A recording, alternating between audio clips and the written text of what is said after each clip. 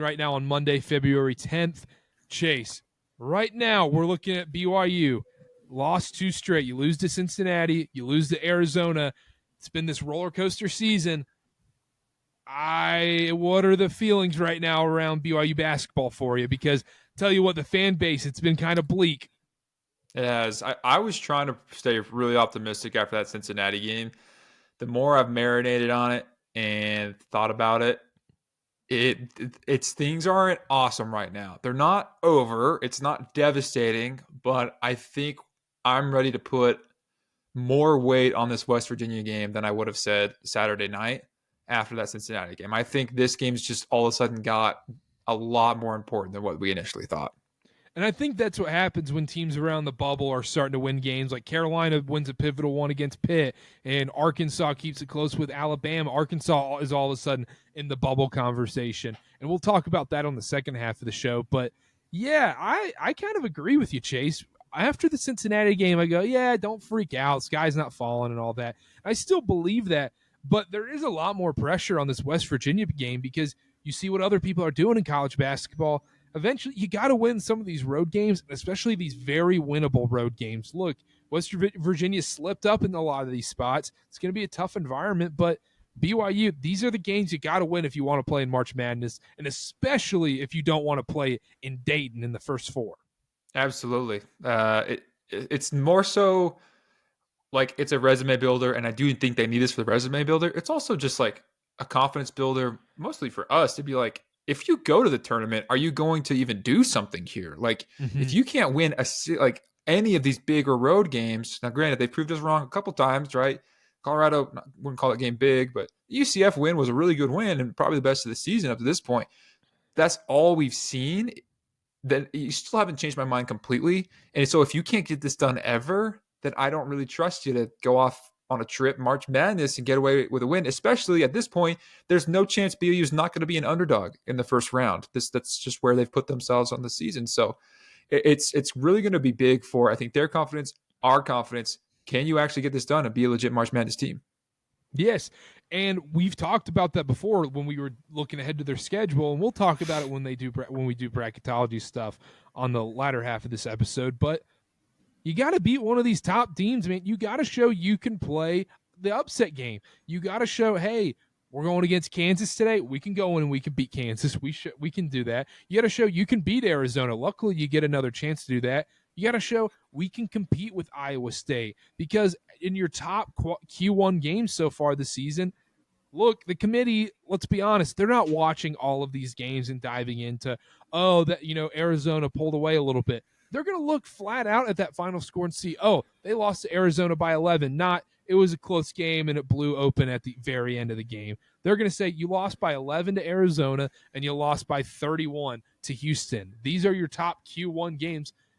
You got to kind of be more competitive in those. Luckily, the Texas Tech game shows a little something, but coming up on the schedule, Kansas, Arizona, Iowa State, I think BYU really has to knock off one of those if they want to play in the big dance.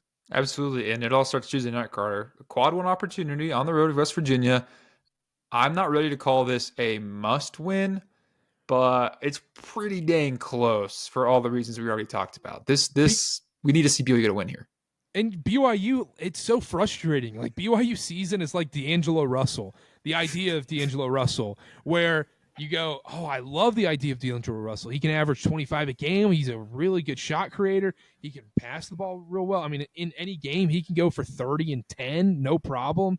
But BYU, the idea of D'Angelo Russell is honestly a lot better than what D'Angelo Russell is, and that's kind of how BYU season has gone, where they've done a lot of the hard stuff, decently well. You beat Baylor, you went on the road, UCF, you're putting yourself in good spots.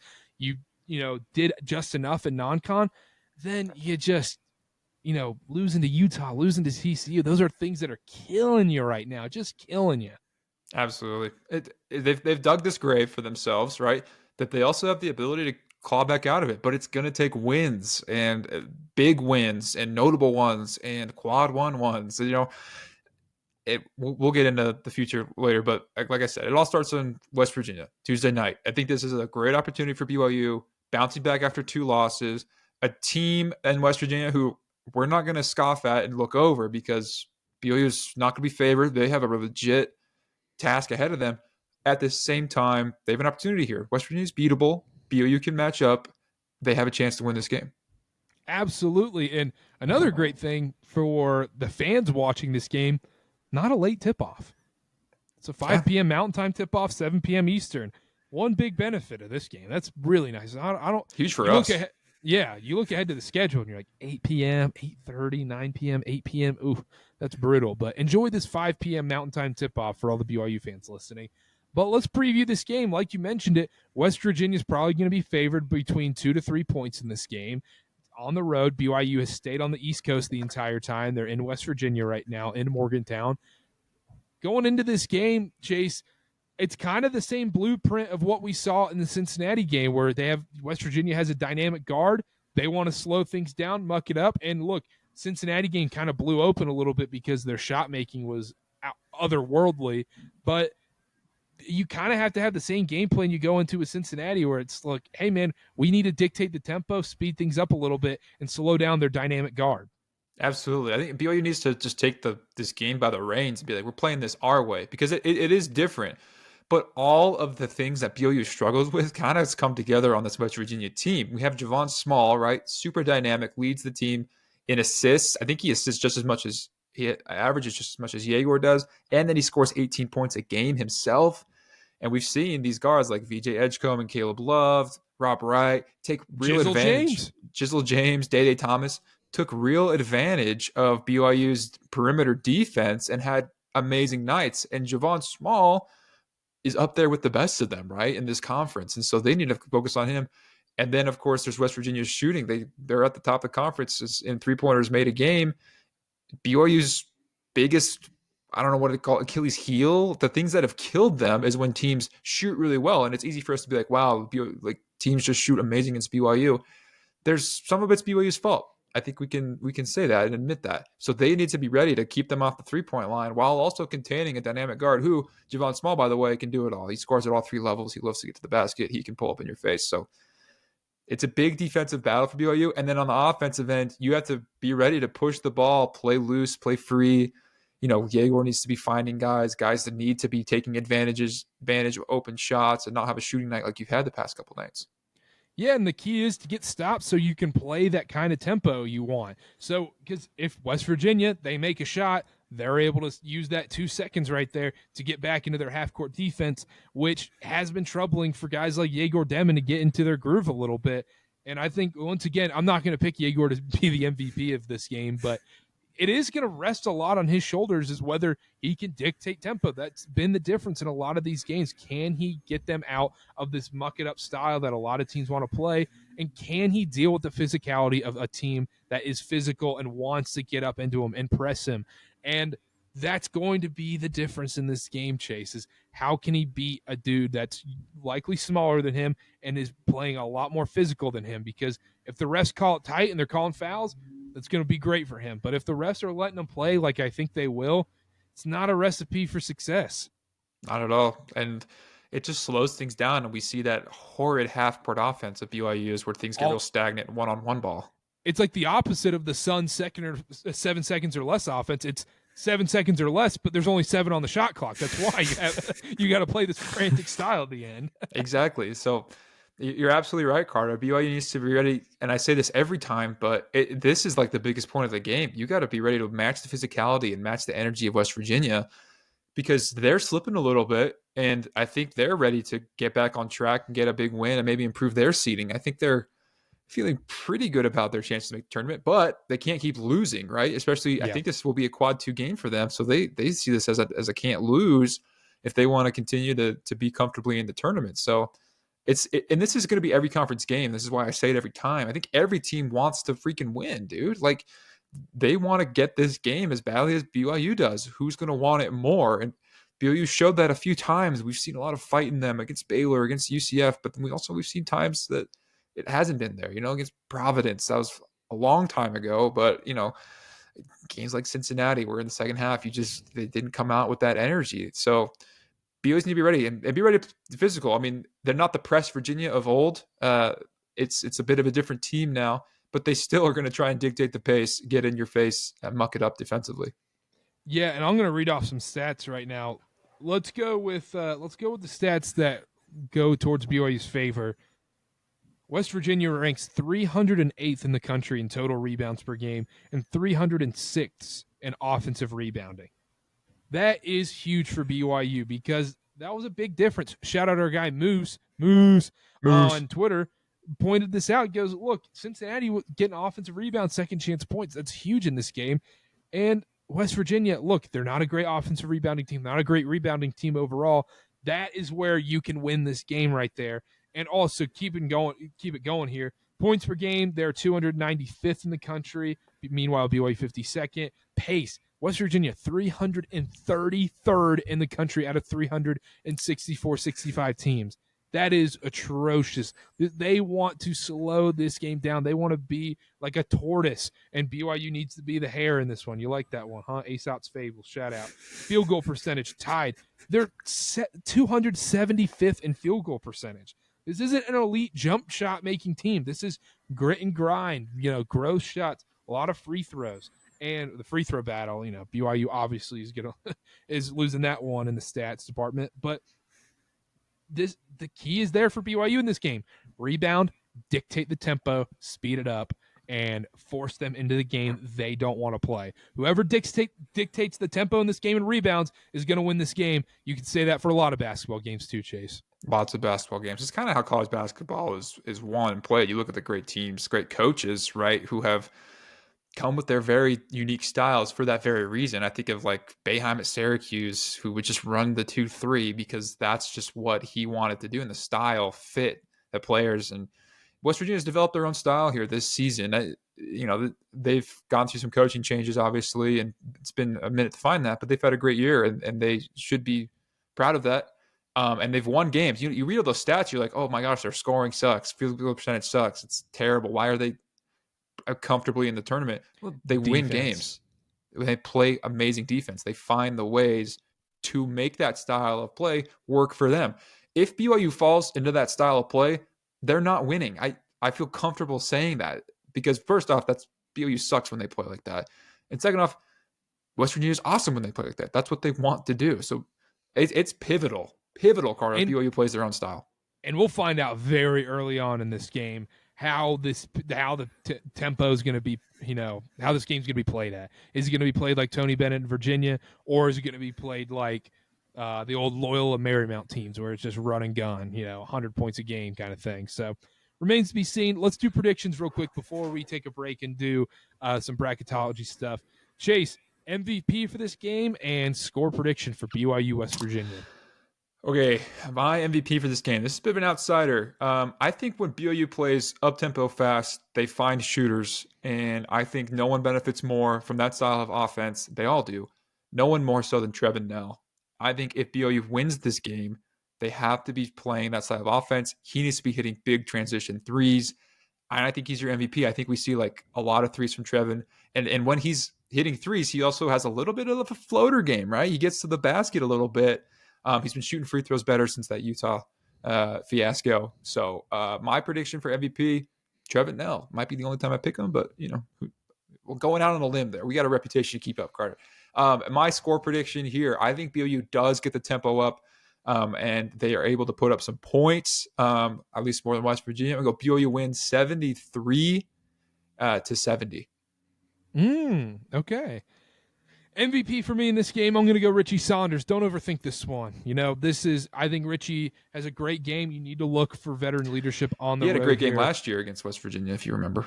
He did, and I also want to see Dallin Hall. I think Dallin Hall could play a pivotal part in this game as well on the road. I like the Trevin Knell pick a lot, too. I think Richie gets his game going. I think he has a 20-point performance, and I think BYU wins, too. I really think BYU wins this game. I'm going 71-66 BYU. All right. I know. Watch this. Like we're probably going to get burned on that, aren't we? Anyhow. All right, let's take a quick break, and we'll be right back with some bracketology stuff. Chase, let's do some bracketology. Our friends, Fielding's to 68 on Field of 68 Network, they do a great job. They haven't had an updated bracket yet, so we're going to have to go a little outside. Apparently, this is a no-no in the bracketology world, but I don't necessarily care. Let's go look at some Jerry Palm bracketology. How about that? Let's go to CBS real quick. I'm going to share my screen if you're watching on YouTube or X right now. So if you can see that, Chase, he has BYU as the second team out, Chase. Not a great place to be if you're BYU, because that means you need to make up some ground and win some games. And you have teams in front of you that have not only like good wins, but good chances. I mean, you have 3 SEC teams right in front of you. Every game they play is quad 1. Like literally every game. They can't have a bad loss. They can only get good wins. So everything's kind of just pointing up for them. You look at North Carolina right in front of them. That's where your competition kind of lies, right? And what are they going to do? They've obviously not had a great year. But BYU needs to make up some ground. So being out is never good, Carter. Never good. No, it's never good. And that's why there's been so much pressure on this West Virginia game now, where it's like, hey, you kind of need to get back into this thing, because then you're kind of digging yourself a hole a little bit.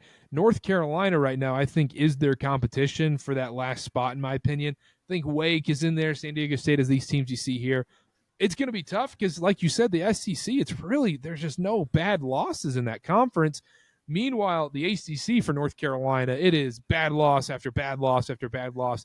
They only have 2 more chances as we're recording this to get decent quad 1 wins. Otherwise, they're really just treading water at that point if they keep winning. They're not really improving their resume. So therefore, BYU still definitely controls their own destiny. I understand in college basketball, everybody controls their own destiny with the conference tournament. But for the regular season and getting in this thing, Chase, we talked about it. You don't want to play in Dayton, man. You really don't want to end up playing in Dayton. It's a bad, bad thing for you going forward because, look, yeah, we've seen teams make runs from playing in the first 4, but, man, we saw a team like what happened to Virginia last year where they lose in Dayton and go, you didn't even make the real tournament. Right. Like, that was the big controversy. Like, does Virginia even deserve to be in? And guess what? They didn't, right? They went to Dayton and played one of the ugliest basketball games of all time. But if you're BYU, and I've been thinking a lot about this, like last year's team, and they have actually very similar records, Carter. But at this point in the season last year, BYU was comfortably in. In fact, we all know what happened, right? They got the 6 seed, should have been 5 seed, whatever. The difference between these 2 teams is the wins and the losses. BYU last year beat, first off, every team that they should have beat in conference play, except for like obviously the Oklahoma State game and maybe another slipped in there that you can think of.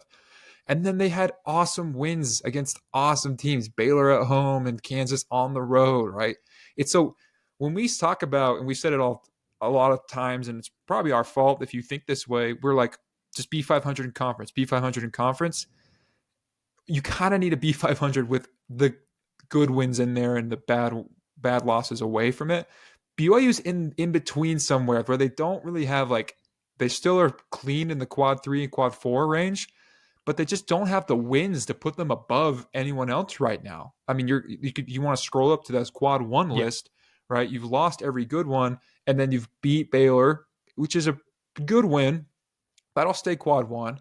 And then UCF, which is teetering on the edge, just 3 spots away from being a quad 2 game, Carter. So that's why we say this West Virginia game is big, because that's a great quad 1 opportunity that will solidly stay as quad 1, right? And the games ahead of them, if we can look at the upcoming schedule there, you got a quad 2 against Kansas State, and then you have 5 quad 1 games left. So it's big. You got to get these wins. We keep saying it, but we need to win every game. You feel that way, but gosh, you got to win these games. And you got to win one of these top ones, man. You look at Kansas, Arizona, Iowa State. Those top tier, top 10 wins in the net rankings are worth 3. Truly worth 3. There's a big difference between a UCF win and then a Kansas win. We all know that. That's simple math. That's simple college basketball.